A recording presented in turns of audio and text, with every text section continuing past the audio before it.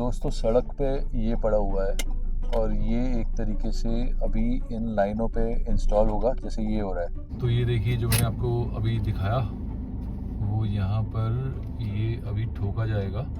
ये देखिए ये मैनुअल काम है, ये ऑटोमेटिक तरीके से नहीं है। ये ठोका जाता है रिफ्लेक्टर जो है और उसके बाद ये सेटअप हो जाता है यहाँ।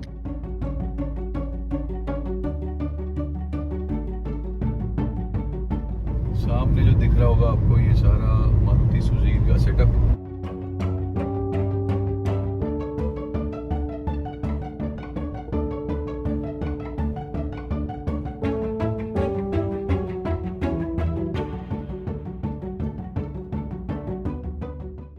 दोस्तों बहुत बहुत स्वागत है आपका दिल्ली अमृतसर कटरा पैकेज 1 की इस वीडियो में। मेरे पीछे रह गया खरखुदा का जो केएमपी का जो एंट्री वाला टोल है और अभी मैं चढ़ने वाला हूँ केएमपी एक्सप्रेसवे, जिसे वेस्टर्न पेरिफेरल रोड भी कहा जाता है, और आप देख रहे हैं एक्सप्लोरिंग विद विजय। आप लेफ़्ट साइड चले जाएंगे तो आप चले जाएंगे मानेसर या ईस्टर्न पेरिफेरल का 0 पॉइंट, और राइट साइड अगर आप निकलेंगे तो यहाँ से आप निकल जाओगे कुंडली की तरफ, नोएडा और गाज़ियाबाद। दोस्तों 0 पॉइंट जो है वो पीपली के पास नीलोठी गांव है ईस्टर्न पेरिफेरल पे या केएमपी पे, और वहाँ से ये चला जाता है हरियाणा, पंजाब एंड जम्मू एंड कश्मीर। हरियाणा के झज्जर डिस्ट्रिक्ट से स्टार्ट होता हुआ ये जाता है सोनीपत, जिंद, कैथल, और उसके बाद आ जाता है पंजाब का सेक्शन जो कि पटियाला, संगरूर, मलेरकोटला, और फिर जाता है लुधियाना और अमृतसर बाईपास, और उसके बाद वहाँ से सांबा होते हुए जो जम्मू में पार्ट है, और जम्मू एयरपोर्ट के पास से होते हुए ये निकल जाएगा आपका सीधा सीधा कटरा। फिलहाल हम आज बात करते हैं पैकेज 1 एंड पैकेज 2 की, जो कि आपका केएमपी एक्सप्रेसवे और ईस्टर्न पेरिफेरल से स्टार्ट होता है। अपनी लोकेशन की बात करूं तो मैं चल रहा हूं फिलहाल ईस्टर्न पेरिफेरल या केएमपी एक्सप्रेसवे में, और मेरी लेफ़्ट साइड में आ जाता है आईएमटी खरखुदा, और यहीं पर ही आप मारुति का काफ़ी बड़ा प्लांट अगर देखेंगे तो सामने कुछ ऑलमोस्ट 1.5-2 किलोमीटर लंबा प्लांट है यहाँ पर पूरे इलाके में, जो कि ईस्टर्न पेरिफेरल या केएमपी एक्सप्रेसवे के साथ साथ चलता हुआ। केएमपी या ईस्टर्न पेरिफेरल की अगर हम बात करें तो 2001 में ये मास्टर प्लान में था, जो कि इसको स्टार्ट होने के लिए ऑलमोस्ट 20 साल लग गए और 2021 में बन करके तैयार हो गया। तो जिससे कि देखा गया कि काफ़ी पॉल्यूशन जो दिल्ली का भी था, ये एक तरीके से 220 किलोमीटर लंबा, जिसमें 120 किलोमीटर प्रति घंटे की रफ्तार है, और ये जो शहर है कनेक्ट करता है पीछे की तरफ अगर आप जाएंगे तो कुंडली, और उसके बाद गाज़ियाबाद, नोएडा, पलवल, मानेसर से होते हुए फिर दोबारा यहीं पर ही घूम के आ जाता है 220 किलोमीटर का लंबा हाईवे। अगर वापस से इस जगह की बात करें तो यहाँ पर ऑलरेडी काफ़ी ज़्यादा ग्रोथ आपको दिख रही होगी हर जगह। अगर हम देखें लेफ़्ट साइड में ये अगेन मेरे मारुति का जो प्लांट है ये चल रहा है, जो ऑलमोस्ट कुछ 2-3 किलोमीटर लंबा है। और राइट साइड में भी अगर मैं आपको दिखाऊं तो वहाँ पर भी काफ़ी ग्रोथ जो है आगे एक्सपेक्टेड है, और ना सिर्फ इसमें जो दिल्ली अमृतसर कटरा एक्सप्रेसवे में उसमें भी काफ़ी ज़्यादा इकोनॉमिक ग्रोथ देखी जाती है। तो मीनवाइल मैं वापस टॉपिक पे आ जाता हूँ, और जैसे कि आप देखेंगे ये 0 पॉइंट ऑफ दिल्ली अमृतसर कटरा और केएमपी एक्सप्रेसवे का इंटरचेंज है। यहाँ से लेफ़्ट साइड जो है आपको दिल्ली के दूसरी एक्सप्रेसवे में जो UER2, UER3, UER1 में जो है वहाँ पर एक स्पर दिखाई देगा आने वाले टाइम में, जिसका कार्यक्रम ऑलरेडी स्टार्ट कर दिया गया है, और यहाँ पर दोस्तों बनने वाला है एक मेजर सा इंटरचेंज। और यहाँ मैं कोशिश करता हूँ कि थोड़ा कैमरा थोड़ा सा लाइव भी रखूँ ताकि आपको दिखे कि एग्जैक्ट कितनी डेवलपमेंट हो रही है, कितना तेज़ी से यहाँ पर काम हो गया है। तो ये देखिए यहाँ पर हेवी मशीनरीज जो है ऑलरेडी इंस्टॉल्ड हैं, जो काम कर रही हैं, और ट्रैफिक को भी बड़े बढ़िया तरीके से यहाँ पर मैनेज किया गया है। किसी को भी कुछ ज़्यादा बड़ी प्रॉब्लम नहीं हो रही डिस्पाइट ऑफ ये नेशनल एक्सप्रेसवे 1 है। तो ये देखिए लेफ़्ट साइड में यहाँ पर जो रास्ता है ये दिल्ली की तरफ जाएगा, और यहीं से ही यू टर्न दे दिया गया है आपका जो दिल्ली कटरा एक्सप्रेसवे का, और सीधा सीधा आपका चला जाएगा मानेसर की तरफ। दोस्तों 670 किलोमीटर का ये जो एक्सप्रेसवे है ये ऑलरेडी अप्रूव्ड है। 4 लेन का ये एक्सेस कंट्रोल्ड एक्सप्रेसवे है, ये एक्सटेंडेबल है 8 लेन तक। मतलब 2 लेन जाने वाला जो मेन कैरेज वे और 2 लेन आने वाला जो मेन कैरेज वे है, उसके बाद अगर ज़रूरत पड़ती है तो बाद में ये 8 किलोमीटर तक 8 लेन तक भी एक्सटेंड कर दिया जा सकता है। उसके बाद ये कनेक्ट करेगा बहादुरगढ़ बॉर्डर जो नियर दिल्ली से, और उसके बाद कटरा को जम्मू एंड कश्मीर से। बहुत ही खुशी हो रही है मुझे बताते हुए कि कटरा का साइन बोर्ड जो है वो लग चुका है। 566 किलोमीटर दिखा रहा है यहाँ से कटरा, जो कि ये कवर करेगा 7 घंटे। दोस्तों उम्मीद ये है कि दिल्ली से अमृतसर अगले साल मई तक कंप्लीट हो जाना चाहिए, और दिल्ली से जो कटरा है वो अक्टूबर की टाइमलाइन से। अगर हम कुछ डिटेल्स की बात करें तो 377 किलोमीटर लंबा जो दिल्ली कटरा एक्सप्रेसवे है, इसको नेशनल एक्सप्रेसवे 5 भी कहा जाएगा। जो अभी ईपी या केएमपी था, ये नेशनल एक्सप्रेसवे 1 था, और ये वाला जो है नेशनल एक्सप्रेसवे 5 कहलाएगा, जो कि ट्रैवल टाइम जो है वो रिड्यूस करेगा 14 घंटे से सीधा 7 घंटे। ऑलमोस्ट 50% टाइमलाइन जो है वो रिड्यूस करेगा ट्रैवल टाइम। और अगर हम किलोमीटर वाइज बात करें तो दिल्ली से कटरा अभी कुछ 750 किलोमीटर है, जो कि घट करके 566 किलोमीटर होने वाला है आने वाले टाइम पे जब ये तैयार होगा। और इसी के साथ अगर हम अमृतसर की बात करें तो अमृतसर अभी लगता है 8 घंटा, और जो आने वाले टाइम में मेरे ख्याल से अगर ये तैयार हो जाएगा मई तक, तो ये हमें पहुंचा देगा 4 घंटे में बजाय 8 घंटे के, सेविंग ऑलमोस्ट 50%। देखिए यहाँ पर लेन मार्किंग वगैरह सारी हो चुकी है, जैसे कि आपको दिख ही रहा होगा। और पिलर्स में यहाँ पर जो है जो मशीनरी है, जो क्रेन है, ये फाइनल अपडेट का काम कर रही है। तो इसका मतलब ये बहुत जल्दी ये पैकेज 1 और 2 जो है काफ़ी जल्दी ओपन हो जाएगा, शायद अगले महीने ही ओपन हो जाएगा। कुछ न्यूज़ आ रही थी उस टाइप की, जो कि आगे पैकेज 1 और पैकेज 2 जो हरियाणा का सेक्शन है वो काफ़ी जल्दी ओपन होने वाला है। अगर मैं रोड की बात करूं तो काफ़ी स्मूथ रोड चल रही है। कहीं कहीं पर कुछ हल्के फुल्के पत्थर, मगर ये देखिए स्पीड लिमिट जो है ये भी 120 यहाँ पर लिखी गई है, जो कि काफ़ी ऑप्टिमम है। मैं फ़िलहाल जैसे मैं बोलता ही हूँ कि अभी कंस्ट्रक्शन जोन है तो अभी 80-85 की स्पीड में चल रहा हूँ, मगर फ़िलहाल राइड काफ़ी ज़्यादा स्मूथ, और आप दूर तक अगर देखेंगे तो बिल्कुल ही स्ट्रेट रोड जो यहाँ पर बनी हुई है। दोस्तों सड़क पे ये पड़ा हुआ है, और ये एक तरीके से अभी इन लाइनों पे इंस्टॉल होगा, जैसे ये हो रहा है, और उसके बाद इस पे लगा जाएगा रिफ्लेक्टर्स। ये वाली जगह है, यहाँ पर लगेगा रिफ्लेक्टर दोनों तरफ, और उसके बाद ये ऐसा दिखने लगेगा। तो ये हमें अभी अलग अलग जगह में इंस्टॉल लगा हुआ दिखा था, तो हमने कहा एक बार दिखाएं आपको। ये देखिए सामने जो है ये पड़ा हुआ है एक, उसके बाद आगे की तरफ 2-3 पड़े हुए हैं। तो ये सामने की तरफ आपको हर जगह ऐसे ऐसे दिखेंगे जो अभी इंस्टॉल होने बाकी है। तो मैंने कहा आपको दिखाता हूँ। तो ये देखिए सामने जो है, ये देखिए ये सामने जो है यहाँ पर ज़मीन में पड़ा हुआ है, ये रहा। उसके बाद आगे की तरफ ज़मीन में पड़े हुए हैं, अलग अलग जगह में ये ज़मीन पे रखे गए हैं। और उसके बाद फिर ये ऐसे जो है इस वाली लाइन पे इंस्टॉल हो रहा है, वैसे ये आगे की तरफ भी इंस्टॉल हो रहा है। तो ये देखिए जो मैंने आपको अभी दिखाया वो यहाँ पर ये अभी ठोका जाएगा। ये देखिए मैनुअल काम है, ये ऑटोमेटिक तरीके से नहीं है, ये ठोका जाता है रिफ्लेक्टर जो है, और उसके बाद ये सेटअप हो जाता है यहाँ पर। तो ये अभी एक जगह जो था वो हर जगह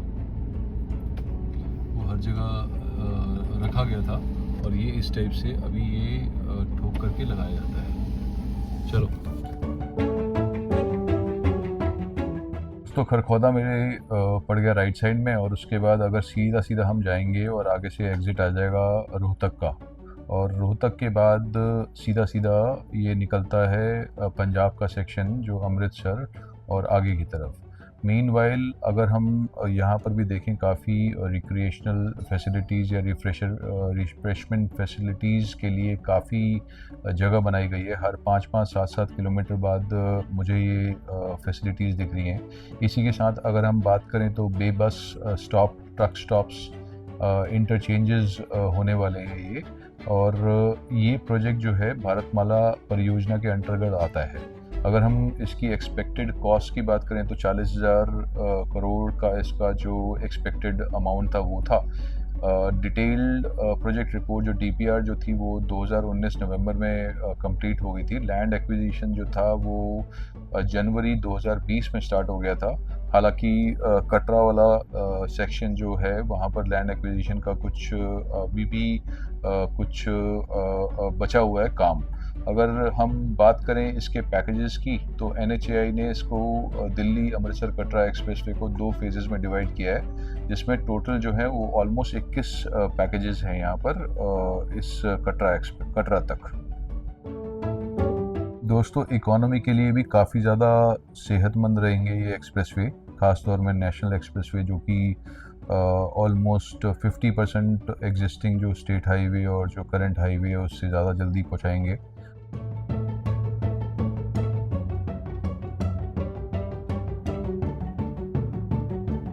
दोस्तों, कुछ 8 किलोमीटर चलने के बाद यहाँ पर आपको जैसा कि दिख रहा होगा कुछ टोल प्लाज़ा वगैरह का कुछ काम जो है वो चल रहा है। हालांकि कुछ एक लाइनें जो हैं वो एक तरीके से सुचारू रूप से तैयार हो गई हैं। मैं आपको एक क्लोज लुक भी दिखा देता हूँ यहाँ से।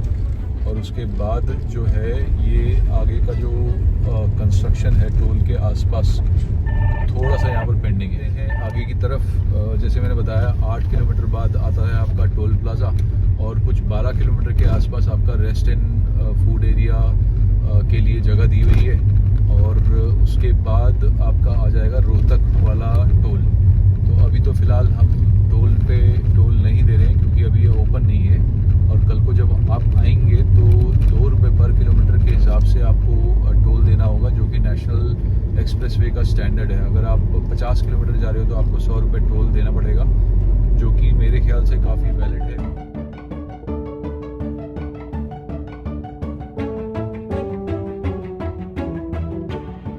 दोस्तों, यहाँ से आ चुका है रोहतक का कट और despite of every construction work being done, मुझे लगता है कि ये यहाँ पर लोगों के लिए जल्द से जल्द खोल दिया जाए ताकि लोगों को इस एक्सप्रेसवे में जो सहूलियत मिल सके वो जितनी जल्दी हो सके उतना ज़्यादा। बट हालांकि NHAI ने कुछ प्लान ही किया होगा इसका कि कब तक कुछ ओपन करेंगे या कुछ पब्लिक को जो गिफ्ट दिया जाएगा। तो ये देखिए रोहतक वाला एग्ज़िट, खरगोदा वाला एग्ज़िट जो है वो आ चुका है यहाँ पर और बहुत ही बढ़िया। इसमें अभी भी यहाँ पर लाइनिंग वगैरह का सारा कुछ लग चुकी है। मेरी स्पीड लिमिट जो है यहाँ पर 120 की है, मगर 80 की स्पीड में गाड़ी आराम से चल रही है। हालांकि दोस्तों, ये जो एक्सप्रेसवे है पूरा ग्रीनफील्ड एक्सप्रेसवे है और इसके चलते बहुत ही बढ़िया न्यूज़ जो है वो ये है कि यहाँ पर ग्रीनरी को काफ़ी ज़्यादा ध्यान में दिया गया है। बीच में अगर आप देखें तो जो 4 लेन जो एक्सटेंडेबल है वहाँ पर पहले से ही पेड़ वगैरह उगाए जा रहे हैं, जैसे कि नेशनल हाईवे प्लान करता है आजकल के एक्सप्रेसवे में। और क्योंकि ये पूरा ग्रीन फील्ड है तो यहाँ पर जगह भी है कि यहाँ पर ग्रीनरी करी जाए। मेनवाइल एक्सप्रेसवे में हम चलते हुए और देख रहे हैं कि आगे काफ़ी ज़बरदस्त तरीके से हाईवे बना हुआ है। और जैसे मैंने बताया कि ये वाला सेक्शन पैकेज 1 और 2 तो एटलीस्ट मेरे ख्याल से पब्लिक के लिए ओपन हो सकता है, बट देखते हैं आगे कब तक उम्मीद है इसके ओपन होने की। गढ़ी सिसाना और कंसाला गांव जो है वो मेरे पीछे रह गया।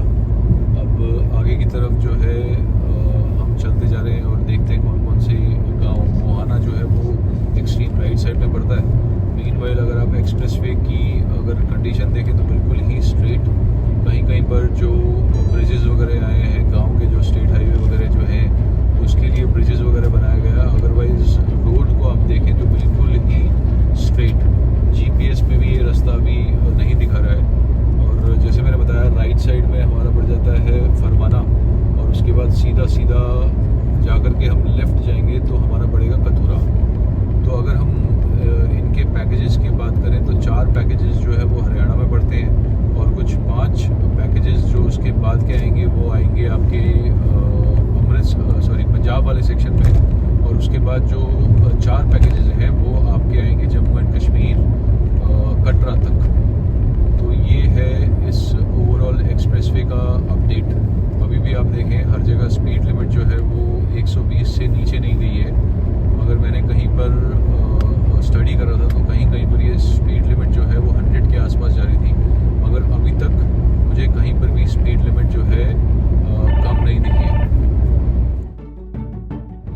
जैसे आपको कई जगह अभी भी दिख रहा होगा कि रॉन्ग साइड से भी आ रहे हैं, तो रिक्वेस्ट यही है कि अपना स्पीड लिमिट वगैरह मेंटेन करिए और देख करके पूरा कम्प्लीटली जाइए। अभी यहाँ क्रूज़ वगैरह मोड पे आपकी गाड़ी में अगर एनेबल्ड है तो उसको मत सेट करिए, क्योंकि काफ़ी जगह आपको थोड़ा सा कंस्ट्रक्शन जोन है तो सचेत रहना पड़ेगा और एक्टिव रहना पड़ेगा ताकि आप बिल्कुल तरीके से जाएँ।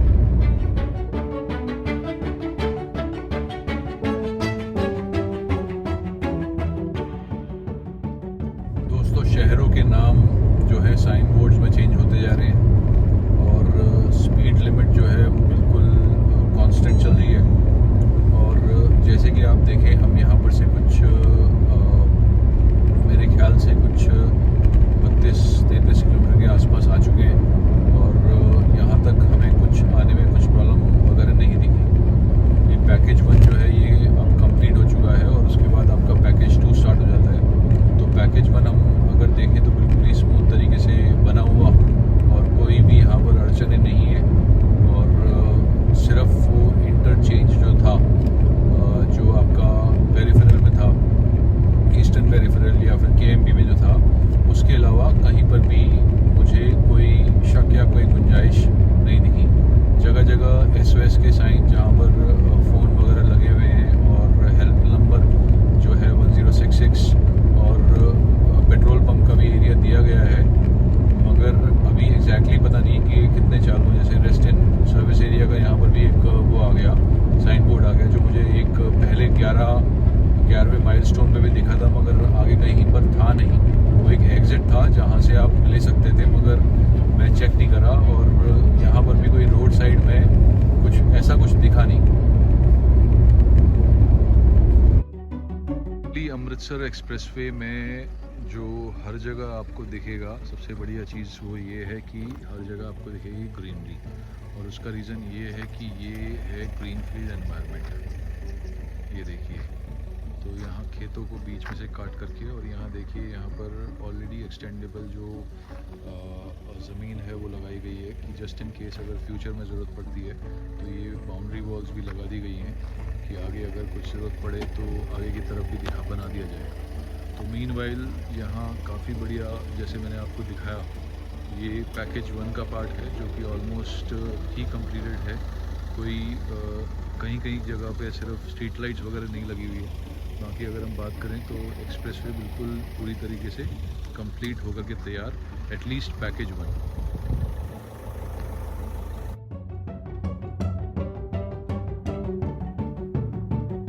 दोस्तों, तो आज की वीडियो हम यहीं समाप्त करते हैं। वीडियो थोड़ी सी लंबी होने के कारण इसको अगर जो हम नेक्स्ट पैकेज जो है वो भी हम अगली बार कवर करेंगे, और उम्मीद है अगली बार मैं आपको यहाँ से सीधा अमृतसर तक दिखाऊँ। तो मीनवाइल आप बताइए कि कैसा लगा ये वीडियो, दिल्ली अमृतसर कटरा का जो एक्सप्रेसवे का जो अपडेट है। हालांकि कुछ ट्रैफिक ऑलरेडी जा रहा है यहाँ से। तो आज की वीडियो हम यहीं समाप्त करते हैं और मैं ले रहा हूँ यहाँ से U-टर्न। तो ये देखिए, बीच में कहीं पर भी, हर जगह नहीं, कुछ जगह में U-टर्न दिए हुए फ़िलहाल, मगर ये मेरे ख्याल से टेम्प्रेरी अरेंजमेंट ही रहेगा। और क्योंकि इसकी स्पीड लिमिट होने वाली है 120, तो यहाँ पर से ये टेम्प्रेरीली खोला जाएगा। अभी जैसे दिल्ली मुंबई एक्सप्रेसवे में भी आपने देखा होगा कि वहाँ पर भी बने हुए हैं U-टर्न के रास्ते, मगर फ़िलहाल जो है वो बंद करे हुए हैं। तो ये देखिए, यहाँ पर भी आपको दिख रहा होगा, बट अगेन ये टेम्परेरी अरेंजमेंट। तो आज की वीडियो हम यहीं समाप्त करते हैं और आज वापस यहाँ से निकल लेता हूँ मैं।